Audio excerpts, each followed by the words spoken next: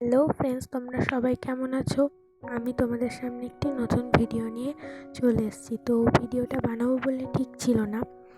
তো ভিডিওটা বানানো আমার কোনো ঠিক ছিল না, হঠাৎ করেই বানিয়েছি। যেদিন বানিয়েছি সেদিন নবান্ন ছিল। এই যে এখানে রান্না বান্না হচ্ছে নবান্নর, আর এই যে জল খাবার সময় যে চিড়ের প্রসাদটা খাওয়া হয় সেটা।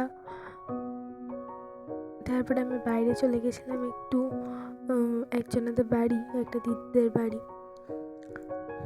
তো এখানে এখন দেখতেই পাচ্ছ, এখন তো ধান কাটার সিজনের জন্য ধান মিলে শুকাচ্ছে একটা দাদু। আর এই যে এরা এখানে খেলছে, আর এই বলছে যে এ ব্লগ বানাচ্ছে বলে হাসছিল আর কি। আর এখানে এরা খেলছিল।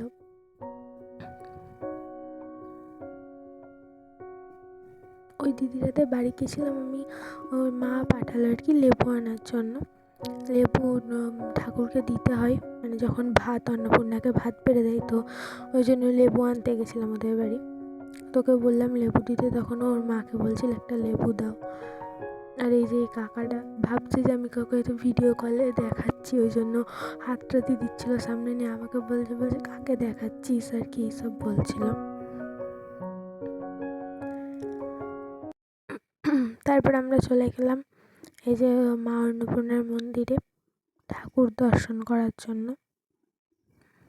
তো এখানে গিয়েও আমাকে আর কি উল্টো পাল্টা বলছিল, ওইটা ওই যে ওই টিফিন কৌটোটা দেখাচ্ছিল, আমাকে বলছিল এটা নিয়ে প্রসাদ নিতে এসছে, এসব আর কি বলছিল। এই যে এখানে স্টেজ করেছে, এখানে সন্ধেবেলায় সাংস্কৃতিক অনুষ্ঠান এবং পরের দিন ফাংশন হয়। তারপরে আমরা একটু সেলফি তুলে নিই, তারপরে আবার বাড়ি আসি। তো বাড়ি আসার সময় এরা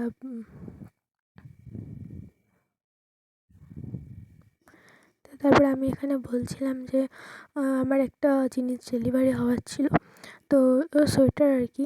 তো আমি তখন বলছিলাম যে মাকে ফোন করছি, মা কোথায় গেল রে বাবা, ওই জন্য। তো এই যে এটা আমার বন্ধু বলছিল কাকিমা কি এসেছে নিয়ে, মা বলছে সোয়েটার, বলছে আমাকে দাও আমি পরবো। তো আমি বললাম হ্যাঁ পর, মেয়েদের সোয়েটার পরতে পারিস তো। তারপর আমরা সোয়েটারটা নিয়ে চলে গেলাম, নিয়ে মা বললো তাহলে তুই এদের বাড়িতে খুলে দেখে নে। তো দিদিটা বলছিল যে সোয়েটারটার কোয়ালিটিটা কেমন আমাকে জানাস, আমি আর কি বলছিল। তো তখন বললো তাহলে ওদের বাড়িতে গিয়ে খুলে দেখে নে কেমন বটে। তো মা দিয়ে দিলে, আমি তখন নিয়ে চলে এলাম, ওই যে দিদিটা হাতে করে নিয়ে যাচ্ছে। সোয়েটারটা খুবই ভালো, আমি এতটা মানে ভালো এক্সপেক্ট করিনি যে আসবে দামের কোয়ালিটিতে। খুব সুন্দর এসছে সোয়েটারটা, আর সোয়েটারটার মডেলটাও খুব সুন্দর, মানে নতুনত্ব আর কি। এই যে কাটছেও।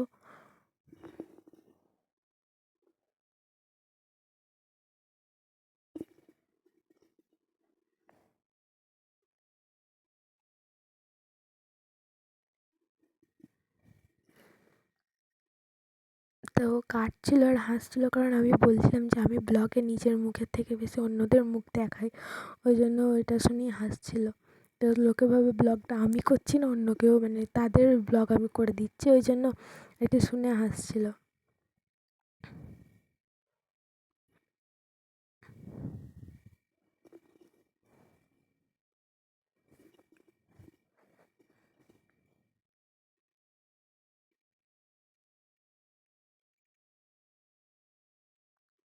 এই যে ও খুলছে সোয়েটারটা, অনেক মানে খুব সুন্দর করে এসছে, যত্ন করে এসছে, ভালো করে এসছে আর কি। ওইখানে দাঁড়িয়ে ছিল পাগলো, দেখতে পেয়েছিল, ওটার বাবা আর কি বলছিল কেমন এসছে দেখি।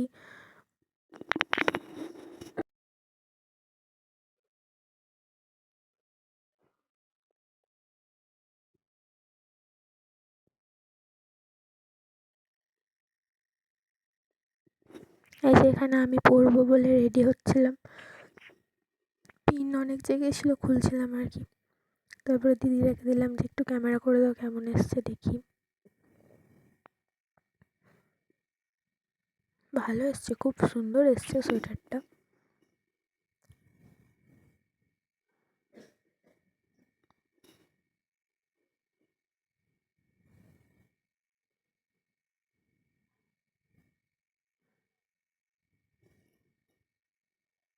তোমরাও জানিও দেখে কেমন এসছে। কেমন লাগছে সোয়েটারটা পরে আমাকে।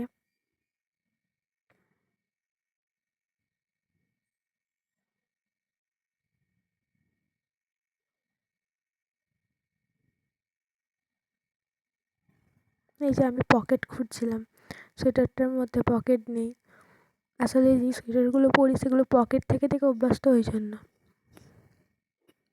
আর এদিকে এই পাখিটা ওদের বাড়িরই, খুব কথা বলে, খুব সুন্দর। একদিন তোমাদেরকে শোনাবো, দেখবে।